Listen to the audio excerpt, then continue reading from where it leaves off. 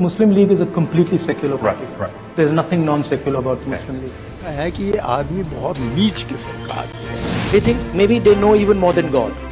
And of course, our Prime Minister is one such specimen. तुम्हारे को तुम्हारी सूरत कितनी बार देखना, हर जगह कितने भाई, क्या आपके रावण के जैसा 100 मुख है क्या है? आप सब लोग डरिए मत. बंजारा का एक बेटा दिल्ली में बैठा है एकता. ऐसा नालायक बेटा तो कैसा होता है, घर कैसे चलेगा? अपने बयानों की खातिर संसद की सदस्यता गवा चुके 10 दिन के अमेरिका दौरे पर पहुंचे राहुल गांधी लगातार मोदी सरकार पर एक के बाद एक हमला कर रहे हैं. राहुल हमला करने में इतना व्यस्त है कि उन्होंने विदेशी धरती पर जाकर संवैधानिक संस्थाओं तक को नहीं छोड़ा. बात मोदी सरकार या फिर संवैधानिक संस्थाओं तक ही सीमित नहीं रही.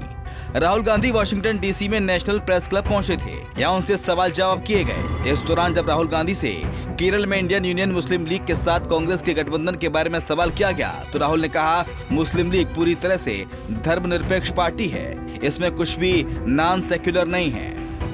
You talked about secularism and democracy while opposing the Hindu party BJP.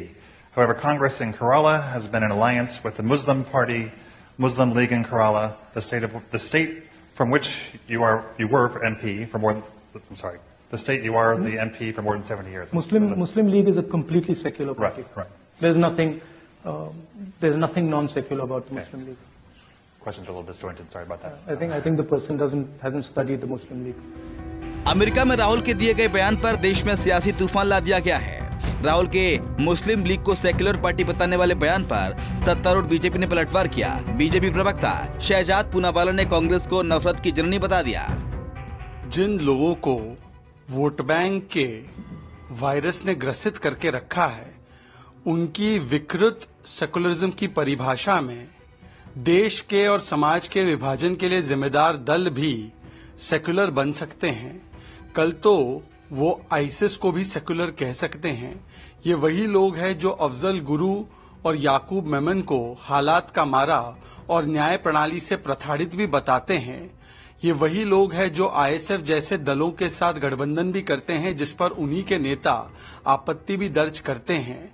और एक और तो देश के विभाजन के लिए जिम्मेदार जो दल है, जो सोच है, वो तो सेकुलर कहलाती है, पर हिंदू टेरर हो जाता है, सैफरन टेरर हो जाता है.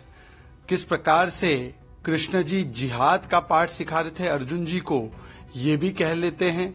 तो ये उनकी विकृत वोट बैंक की राजनीति के चलते इस प्रकार के वक्तव्य देते हैं. भारतीय जनता पार्टी, जिसको करोड़ों लोगों ने देश में एक नहीं 2 बार चुनकर लाने का काम किया है, उसको वो नफरती बुलाते हैं और मुस्लिम लीग को सेकुलर कहते हैं. दरअसल कांग्रेस पार्टी तो खुद नफरत की जननी है. वहीं बीजेपी के आरोपों पर अब कांग्रेस भी मैदान में आ गई है. कांग्रेस प्रवक्ता पवन खेड़ा मीडिया के सामने आए और कहा कि ये मुस्लिम लीग जिससे बीजेपी ने गठबंधन किया था, ये वो मुस्लिम लीग है जिसे अटल जी पसंद करते थे. Indian union of Muslim league के फाउंडर इस्माइल ने 62 के जंग में अपने बेटे मियां खान को चीन से लड़ने के लिए हिंदुस्तान की आर्मी को सुपुर्द करने की पेशकश की थी. ये वो मुस्लिम लीग है जिसके ई अहमद को अटल बिहारी वाजपेयी जी ने जिनीवा भेजा था 1993 में. ये वो मुस्लिम लीग है जिससे भारतीय जनता पार्टी ने स्वयं नागपुर म्युनिसिपैलिटी में अलायंस किया, गठबंधन किया म्युनिसिपैलिटी पे कब्जा करने के लिए. आज क्योंकि राहुल गांधी ने बोल दिया, या फिर क्योंकि कोई वो अमित मालवीय नाम का एक प्राणी है, क्योंकि शायद उसको ज्ञान नहीं है, तो अब वो तय करेगा कि साहब मुस्लिम लीग कौन सी मुस्लिम लीग है. ये जिन्ना की मुस्लिम लीग वो थी जिससे श्यामा प्रसाद मुखर्जी ने गठबंधन किया था. ये वो मुस्लिम लीग नहीं है. ये वो मुस्लिम लीग है जिससे भारतीय जनता पार्टी ने नागपुर में गठबंधन किया था. ये वो मुस्लिम लीग है जिसको अटल जी पसंद करते थे. वहीं नेशनल प्रेस क्लब में विपक्षी एकता और केजरीवाल के अध्यादेश के खिलाफ मुहिम के सवाल पर राहुल ने कहा, इस पर पार्टी के अंदर चर्चा चल रही है और जल्दी फैसला हो जाएगा. That's an internal discussion we are having.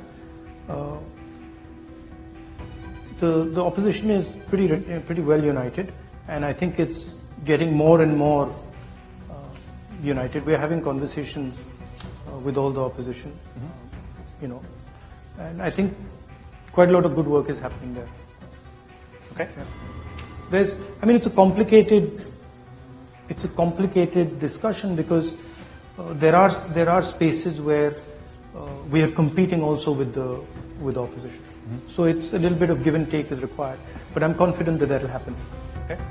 अमेरिकी दौरे के पहले दिन से ही राहुल मोदी सरकार पर ही नहीं बल्कि प्रधानमंत्री मोदी पर भी हमलावर हैं। इससे पहले राहुल गांधी ने कहा था कि भारत में ऐसे लोग हैं जो सोचते हैं कि वे भगवान से अधिक जानते हैं और प्रधानमंत्री नरेंद्र मोदी उनका एक उदाहरण है। I think if you sat Modi ji down next to God, Modi ji would start explaining to God how the universe works. Right? Yes, and God would get confused that what have I created?